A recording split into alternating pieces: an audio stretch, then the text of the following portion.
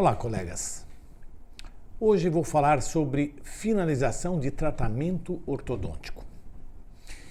Apesar de não ser ortodontista e como especialista em disfunção da ATM e entendedor um pouco de oclusão, eu diria para vocês que a responsabilidade de nós encaminharmos um tratamento ortodôntico é algo muito complexo. Nesse tema de hoje, eu vou dizer para vocês como que nós devemos deixar os casos estáveis no final do tratamento. Como desprogramar a cada vinda o paciente. E quais os contatos oclusais finais que nós devemos ter.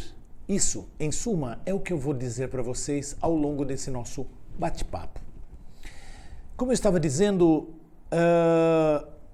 é muito complexo esta relação entre o profissional que indica um tratamento ortodôntico e a própria finalização do caso depois de receber esse paciente de volta. Porque normalmente quando nós indicamos um tratamento ortodôntico para um determinado paciente, é óbvio que esse paciente é o meu paciente e eu estou encaminhando para fazer um determinado tipo de procedimento. Como se eu estivesse indicando, por exemplo, para fazer um tratamento endodôntico. O colega fez o tratamento endodôntico e o paciente voltou para eu concluir o meu tratamento. Mas quando esse paciente, eu chego a uma conclusão que ele precisa fazer um tratamento ortodôntico, é um paciente meu, e eu encaminho para a ortodontia, eu estou encaminhando a responsabilidade de depois devolver esse paciente com uma oclusão satisfatória, uma oclusão ótima, no mínimo. Por que eu digo isso? Porque muitas das vezes a gente observa que quando nós encaminhamos o paciente para o tratamento ortodôntico, em primeiro lugar, quando o paciente já está para terminar o tratamento ortodôntico, eu acredito que seria interessante uma conversa mais reservada entre o ortodontista e o profissional que encaminhou. De tal forma, ao ortodontista poder dizer para o colega que está encaminhando, olha, eu estou encontrando dificuldade aqui, ali e acolá. Ou, qual é o seu parecer a respeito da finalização? O que você vai pretender fazer depois do meu tratamento ortodôntico? Então, e o que a gente observa às vezes é que quando você encaminha um tratamento, o paciente vai para a ortodontia, fica na ortodontia e depois da ortodontia se perde. Existe a importância desse paciente simplesmente entender que esse paciente que foi encaminhado para a ortodontia, ele precisa voltar para fazer provavelmente algum ajuste oclusal de alguma interferência que a própria ortodontia não conseguiu resolver. Apesar que, eu penso, a ortodontia tem a faca e o queijo na mão para poder finalizar o caso da melhor forma, sem interferência oclusal nenhuma. De tal forma a não necessitar sequer de pegar uma broca e fazer um pequeno ajuste nos dentes. Porém, não é o que acontece na maioria das vezes. Eu tenho com os meus colegas ortodontistas, da qual a gente conversa e da qual a gente sempre encaminha e temos um relacionamento profissional bastante estreito, situações de que quando o paciente está terminando um tratamento ortodôntico, o colega ortodontista às vezes vem até a minha clínica, ou eu às vezes vou até a clínica dele para saber exatamente como que vai finalizar aquele caso, que eu ou provavelmente vou fazer uma reabilitação, ou aquele paciente que já faz parte do rol dos meus pacientes, ficarem com uma oclusão estável o suficiente para que eu depois não tenha esse paciente me cobrando, colocando o dedo em riste no meu rosto, dizendo, olha, você, antes de eu ir para o tratamento ortodôntico, eu não tinha essa retração de gengiva, ou eu não tinha essa abfração. Enfim, eu acho que nessa hora, na hora da finalização, é importante esse contato. Então esses colegas na qual eu encaminho, eles na finalização sempre entram em contato comigo. Vitor, olha, eu gostaria de te mostrar o caso como está. Você acha que precisa de mais alguma coisa? É uma situação muito séria a finalização de um tratamento ortodôntico. Muito séria. Por quê? Você mexe com todo um sistema. Você mexe com posicionamento de dentes, com desconfortos, com 3 anos, às vezes, de manutenção, 2 anos de manutenção. Quer dizer, o custo do próprio aparelho, o desconforto social, o desconforto do ciclo mastigatório, para depois de 3 anos falar assim, olha, isso aí é o máximo que a ortodontia pode fazer. Não. A ortodontia pode fazer tudo, associado a tudo que precisa e pode ser feito. Quando eu digo isso, eu quero dizer, por exemplo, pacientes que tentam ser compensados, pacientes classe 2, por exemplo, que tentam ser compensados, quando na realidade eu acredito que em muitos casos não dá para fazer compensação. O caso é cirúrgico? É cirúrgico. Fale para o paciente, para o responsável pelo paciente, o seguinte, olha, eu estou planejando uma cirurgia para esse caso, mas o paciente não quer e você, pai e mãe, não querem. E outra coisa, no final do tratamento, provavelmente você pouco vai observar grandes movimentações ortodônticas, porém, elas vão acontecer de forma mínima para eu poder ajustar detalhes que vocês, pais, você, paciente, não vai conseguir ver, que são detalhes mais para finalizar a boa oclusão na finalização de um tratamento ortodôntico. Vocês, colegas ortodontistas, que recebem nossos pacientes, ou vocês que recebem seus próprios pacientes, muitas das vezes não se dão conta do que acontece com esses pacientes pós-tratamento. Ele de repente começa, não vou falar em disfunções temporomandibulares, que isso aí é um assunto à parte, mas eu quero dizer de algumas situações da qual o tratamento é finalizado e o paciente simplesmente começa a dizer, olha, esse dente começou a apresentar uma retração de gengiva, está tendo um desgaste no colo do dente e eu não tinha isso. E daí ele vai cobrar de quem? Da ortodontia? Ele pensa, não, eu não vou lá no ortodontista porque ele vai querer colocar o aparelho de novo, ou então ele vai falar, olha, vai resolver isso com o seu dentista ou com um colega especialista em gengiva, porque eu não mexo com isso.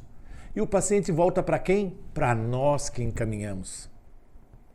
Então, entendam, colegas ortodontistas, que depois que vocês finalizam o tratamento ortodôntico e encerra ali o seu compromisso com esse paciente pode sim ficar nos cobrando ad eterno situações que foram deixadas por conta de não ter finalizado, por exemplo, uma boa oclusão. A situação é muito crítica. Então, eu diria para vocês, como que nós podemos deixar o caso estável para começar o tratamento ortodôntico? Sempre que possível, questionar, ou perguntar, ou arguir do seu paciente antes dele começar. Você tem dores? Dores de cabeça, dor de ouvido, estalos na sua articulação? Não, doutor. Então, ótimo, comece o tratamento dele. Situação número 2, não, doutor, de vez em quando eu tenho dores de cabeça, estou sentindo uns estalos. Você pode até dizer assim para ele, nós podemos até começar o seu tratamento. Se essa situação piorar, nós vamos interromper. Pai e mãe estão observando essa nossa conversa? Eu estou passando isso para um papel que eu assino e você assina sabendo que, se por acaso tiver o paciente desenvolvendo uma disfunção temporomandibular, a causa não é da ortodontia. algum fator emocional nesse paciente ansioso, perfeccionista e que guarda muito do emocional para dentro de si, começou a desenvolver coincidentemente quando ele estava em tratamento ortodôntico. E não venha imputar a mim a causa do problema da ortodontia. Mas, se isso aparecer, eu vou ter que interromper o tratamento para fazer o tratamento da disfunção. E depois que acabou o tratamento da disfunção, eu continuo o tratamento ortodôntico até a sua finalização. Ou a terceira situação, o paciente já chega com disfunção, encaminhado por um otorrino, dizendo, olha, eu estou te encaminhando, eu estou vindo aqui porque o otorrino fulano de tal me encaminhou para a ortodontia. Se você não trata a disfunção, procure quem trate. Eu acho que a ortodontia, assim como qualquer outra especialidade, deveria pelo menos saber controlar essa condição ou melhorar essa condição da disfunção. Óbvio, não estou imaginando situações altamente críticas, mas situações corriqueiras, de hiperatividades musculares, de hiperatividades musculares, de desconfortos articulares, e que às vezes com simples tratamento você consegue resolver. Então, se o paciente já chega com essa condição, você, ortodontista, tem que ter condições de controlar tudo isso, sim. Saber pelo menos um pouco de como você pode resolver isso mais rapidamente. Se você não consegue resolver e se você não sabe como resolver, encaminhe para um especialista em disfunção ou algum profissional que entenda e saiba como resolver. Na nossa especialidade de disfunção da ATM, onde estudamos durante anos, é óbvio que a gente sempre tem um caminho mais fácil e mais tranquilo para resolver tudo isso, que é um caminho que de repente um colega cirurgião dentista também pode resolver, mas óbvio, existem situações mais críticas e daí, se por acaso você não está resolvendo, saia do quadrado da sua clínica e vai conversar sim. Vá conversar sim com colegas que entendam disso. Porque muitas das vezes nós, profissionais da odontologia, que achamos que somos o dono da razão em tudo e sabemos como resolver tudo. Não, eu não vou conversar com o colega, não vou pedir a opinião dele, senão o que ele vai dizer a meu respeito? Eu não vou me rebaixar a ter que conversar sobre isso. Para vocês terem uma ideia, alguns anos atrás, para começar uma reabilitação, um paciente, onde eu sabia que estava envolvido a pério, a endo, a área de implantes e tudo mais, até a ortodontia, eu fazia uma espécie de junta odontológica presencial, onde eu convidava os colegas, eles vinham para a minha clínica, nós conversávamos entre todos o problema do paciente, num dia onde todos pudessem. Dá trabalho? Dá. Mas você quer garantir para você um futuro brilhante de saber que o teu paciente está pensando assim, nossa, eu vim fazer um tratamento de reabilitação e ele chamou todo mundo aqui. E nós conversávamos entre nós. Qual é a sua opinião? Qual é a sua opinião? Qual é a sua opinião? Uma espécie de junta odontológica. E depois que todos chegamos a uma conclusão, olha, esse dente está perdido, olha, esse dente aqui nós vamos ter que movimentar, olha, esse dente vai ter que fazer tratamento endodôntico, tem problema de bolsa periodontal. Bom, quem que vai começar primeiro? Vai começar primeiro o colega da periodontia, depois vai para a endodontia, ao mesmo tempo entra o implante e depois, por último, eu finalizo reabilitando tudo. Então, inclusive, até o organograma do trabalho era dividido. Eu passei muitos anos da minha vida ficando apenas 15 dias na minha clínica. Os outros 15 dias era ministrando cursos do Rio Grande do Sul a Manaus, nas capitais mais expressivas. E às vezes as pessoas me perguntavam, Vitor, Como que seus pacientes não te abandonam?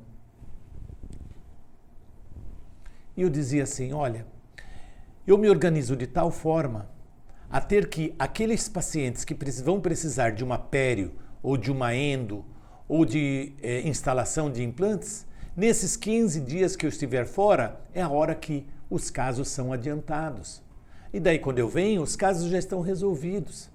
Então, quer dizer, para isso, a gente precisa sair do nosso quadrado, convidar os colegas e começar a discutir a respeito de um caso que pode ser complexo, um caso que pode te dar dores de cabeça.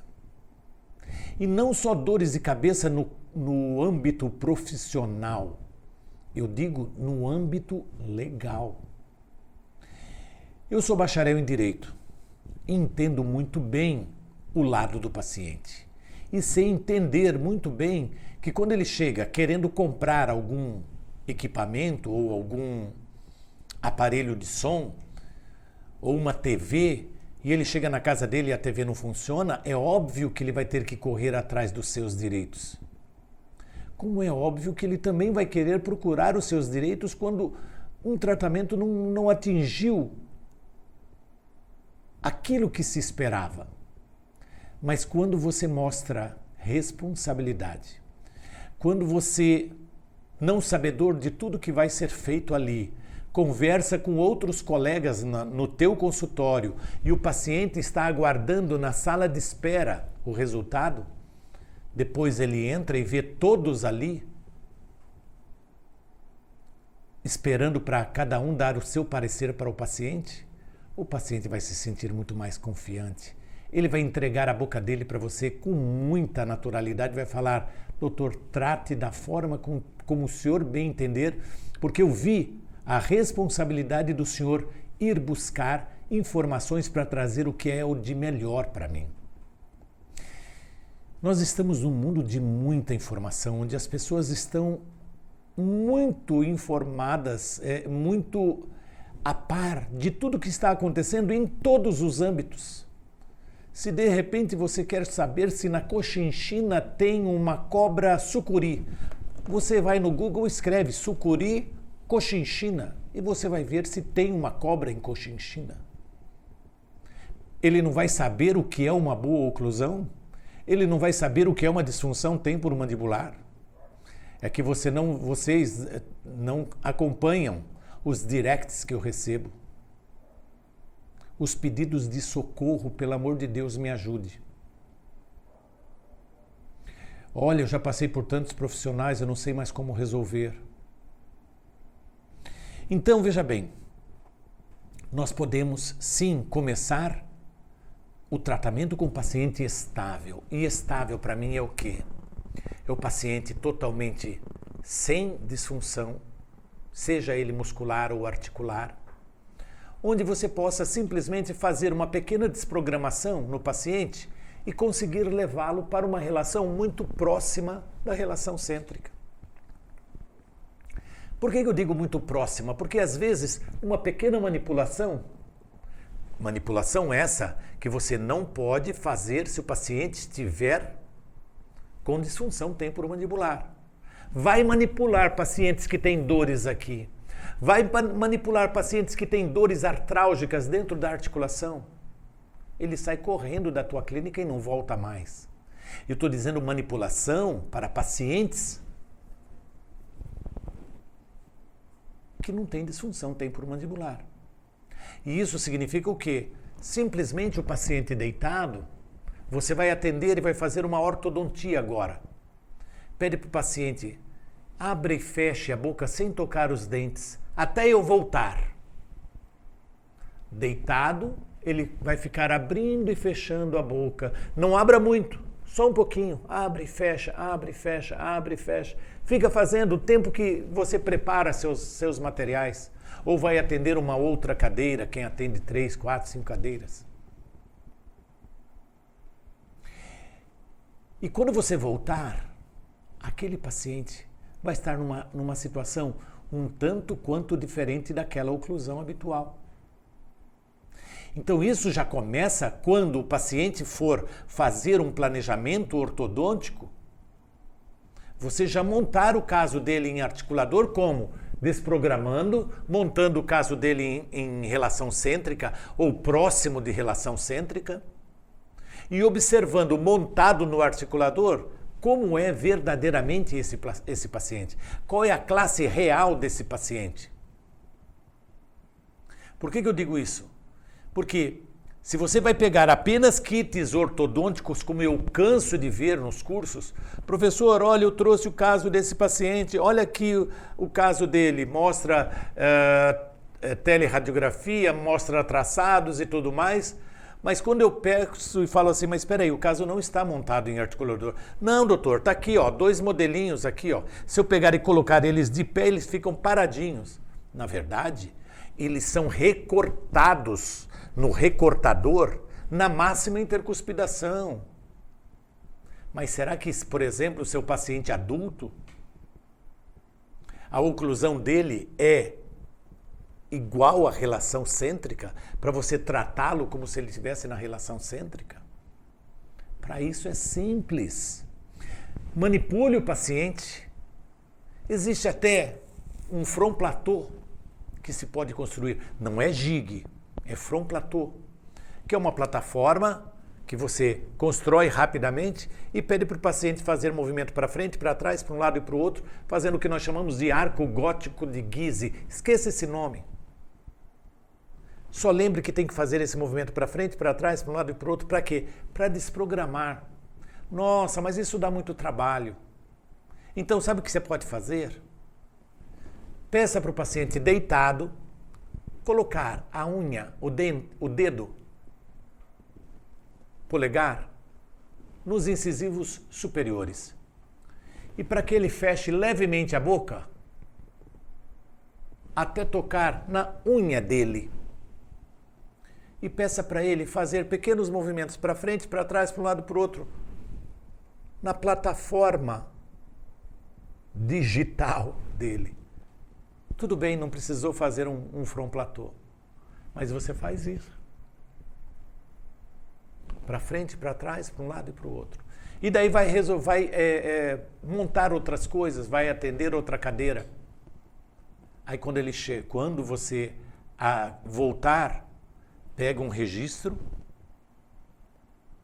de repente com cera 7, plastifica e toma esse registro em relação cêntrica. E monta esse caso. E vai estudar o paciente fora da boca dele, mas não estudar modelos de gesso, que vêm lindos e maravilhosos e polidos de um kit ortodôntico. Aquilo lá não conhece, aquilo lá você não vai saber se o paciente verdadeiramente está numa posição estável, ortopedicamente estável, como diz Jeffrey Ockerson.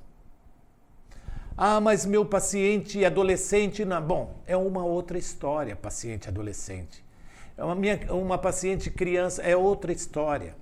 Mas a maioria dos pacientes que chegam já adultos, às vezes de tantas interferências oclusais, eles acabaram assumindo um outro tipo de oclusão para fugir dessas interferências e ficaram cada vez mais longe da relação cêntrica, porque para mim a relação cêntrica é uma posição mais estável da articulação também. Eu estou visando a articulação. Monta o caso em articulador, planeja o caso em articulador e daí no seu planejamento você vai ver se aquele paciente realmente é classe 1 ou ele é um classe 2. Se ele é um classe 2, se ele merece cirurgia ou não.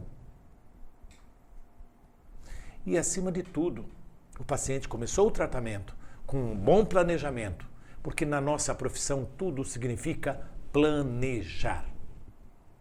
E depois que o paciente fez um bom planejamento, você fez um bom planejamento, ele já começou o tratamento ortodôntico. Ah, professor, como é que eu vou saber se a cada vinda dele ele está na relação cêntrica para eu observar como eu estou caminhando com o meu tratamento? Simples. Ou fala para ele ficar com a boca abrindo e fechando a boca, a mandíbula, algum tempinho enquanto você prepara o material. Ou simples, faça da unha uma plataforma digital. Ele desprograma sem raspar a unha, não. Simplesmente escorrega para frente, para trás, para um lado, para o outro. Fica fazendo esse movimento. Daqui a pouquinho, quando você voltar, você vai ver. Se você quiser fazer esse teste hoje à noite na sua casa, deite na tua cama, imaginando que você está numa cadeira do dentista, e faça esse tipo de situação. E veja se você vai conseguir fechar na sua oclusão habitual. Olha, eu diria que quase 90% vai dizer que não. Então entenda que você consegue desprogramar o paciente a cada vinda. A cada vinda.